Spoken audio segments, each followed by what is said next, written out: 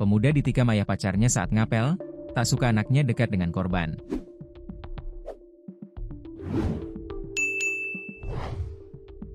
Pilu Reza ditikam ayah Anjeli saat ngapel di Desa Petunang, Kecamatan Tua Negeri, Kabupaten Musirawas, Senin, 11 Agustus 2025. Pelaku tak suka anaknya dekat dengan korban.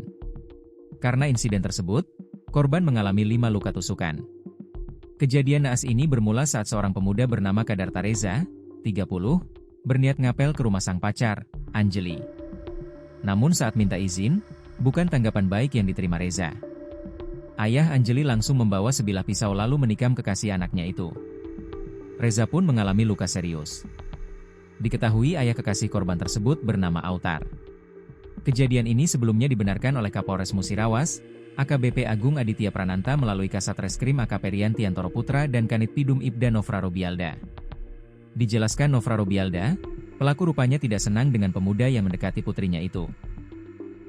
Motif sementara, karena pelaku tidak senang dengan korban yang mendekati putrinya, jelas Kanit saat dikonfirmasi, Selasa, 12 Agustus 2025. Dijelaskan, insiden bermula saat korban meminta izin kepada ibunya untuk pergi ke Desa Petunang guna menemui sang kekasih, Anjeli.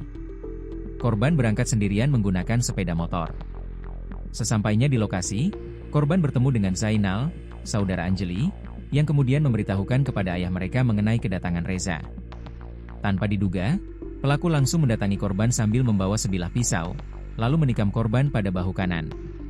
Pelaku kembali menyerang, menusukkan pisau ke arah punggung korban, menyebabkan 4 luka tusuk tambahan.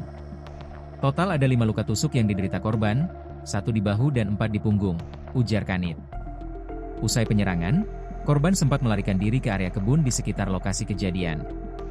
Beruntung, ia ditemukan oleh warga dan segera dilarikan ke rumah sakit untuk mendapatkan pertolongan medis. Pihak keluarga korban yang tidak terima atas kejadian ini langsung melaporkan kasus tersebut ke Polres Musirawas.